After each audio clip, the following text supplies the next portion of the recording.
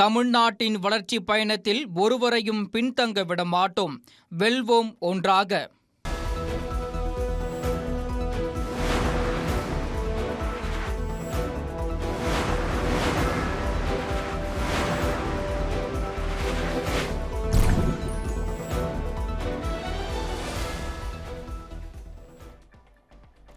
வணக்கம்.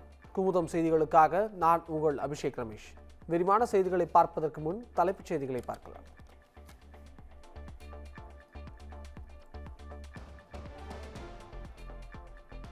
பிப்ரவரி 5ஆம் தேதி தமிழக அமைச்சரவை கூடுகிறது. முதலமைச்சர் மு க ஸ்டாலின் தலைமையில் நடைபெறுகிறது.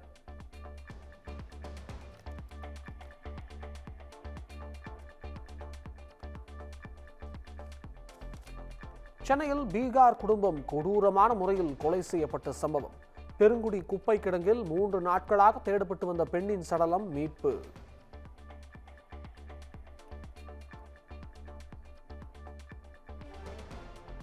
கள்ளக்குறிச்சியில் வடமாநில தொழிலாளர்கள் 2 பேர் கிணற்றில் சடலமாக மீட்பு. மர்மமான முறையில் உயிரிழந்த நிலையில் போலீசார் வழக்கு பதிவு செய்து விசாரணை.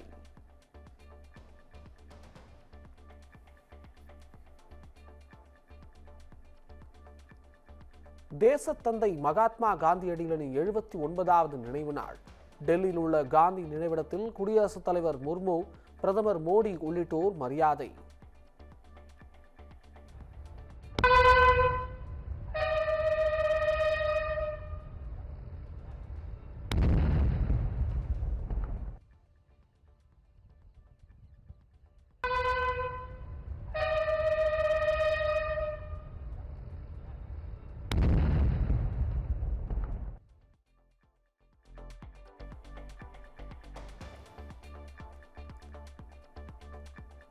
காந்தியடிகளின் நினைவு நாளையொட்டி அவரது திருவுருவ படத்திற்கு முதலமைச்சர் மு க ஸ்டாலின் மரியாதை.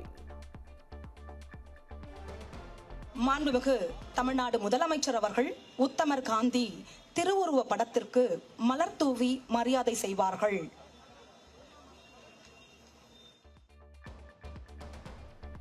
முதலமைச்சர் முன்னிலையில் தீண்டாமை ஒழிப்பு உறுதிமொழியும் ஏற்பு.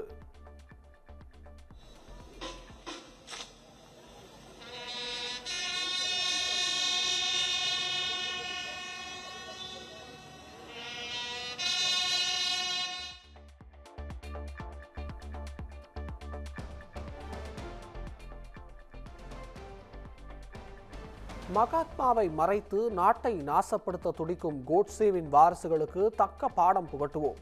காந்தி நினைவு நாளையொட்டி முதலமைச்சர் மு க ஸ்டாலின் எக்ஸ் தளத்தில் பதிவு.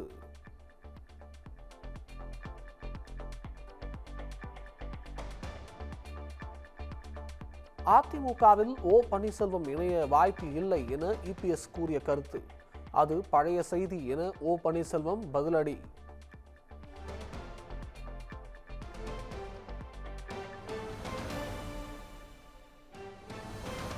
சென்னையில் சுற்றித் திரியும் மாடுகளுக்கும் மைக்ரோ சிப் கட்டாயம். சென்னை மாநகராட்சி கூட்டத்தில் முடிவு.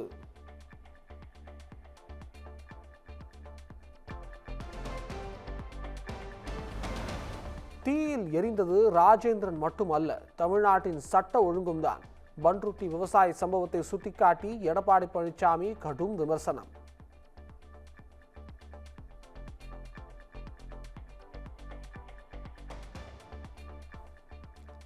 இந்தியாவில் யாரும் அடைய முடியாத 11.19% வளர்ச்சியை தமிழ்நாடு எட்டியுள்ளது.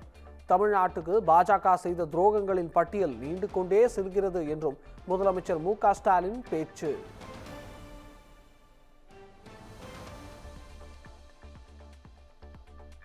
தமிழகத்தில் திமுக அரசின் திட்டங்களுக்கு பொருளாதார ஆய்வறிக்கைகள் பாராட்டு. மட்டற்ற மகிழ்ச்சி அளிப்பதாக அமைச்சர் தங்கம் தென்னரசு எக்ஸ் தளத்தில் பதிவு.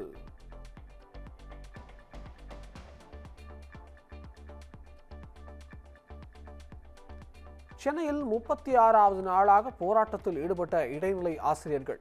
சம வேலைக்கு சம ஊதியம் வலியுறுத்தி அரசுக்கு எதிராக முழக்கம்.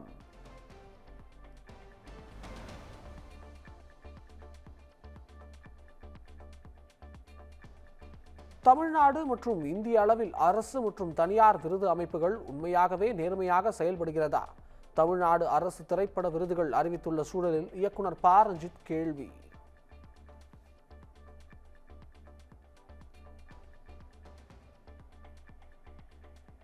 திருச்சியில் பயணியை தாக்கிய தனியார் பேருந்து ஓட்டுநர் கைது.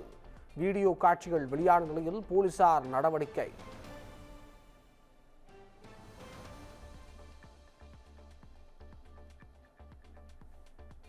சபரிமலை தங்க திருட்டு வழக்கில் நடிகர் ஜெயராமிடம் சிறப்பு புலனாய்வு குழு விசாரணை.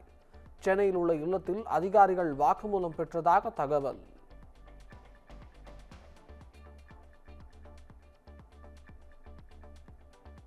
திருப்பதி லட்டு கலப்பட நெய் வழக்கில் இறுதி குற்றப்பத்திரிகையை தாக்கல் செய்தது சிபிஐ. தேவஸ்தானத்தின் 9 அதிகாரிகள் மற்றும் 5 பால் பொருட்கள் நிபுணர்கள் உட்பட 36 பேர் பெயர்கள் சேர்ப்பு.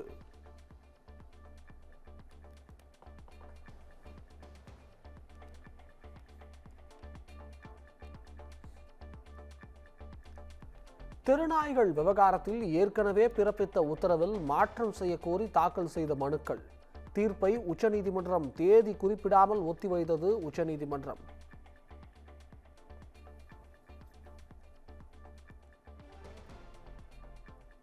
இந்தியாவின் வணிக விமானங்களின் எண்ணிக்கை அடுத்த 10 ஆண்டுகளில் 3 மடங்கு அதிகரிக்கும். 2250 உயரும் என்று முன்னணி விமான தயாரிப்பு நிறுவனமான ஏர்பஸ் தகவல்.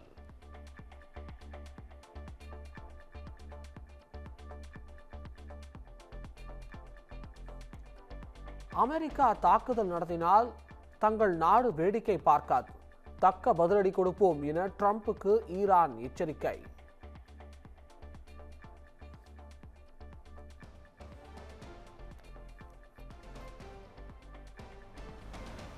ரஜினிகாந்த் கமல்ஹாசன் இணைந்து நடிக்க இருக்கும் படத்தை நெல்சன் இயக்குகிறாரா? விரைவில் பிரத்யேக ப்ரோமோ வீடியோவை படமாக்கி வெளியிட இருப்பதாக தகவல்.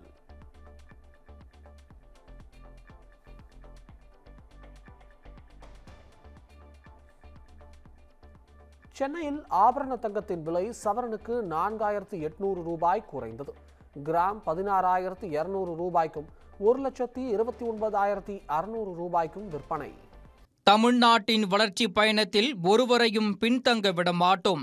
வெல்வோம் ஒன்றாக.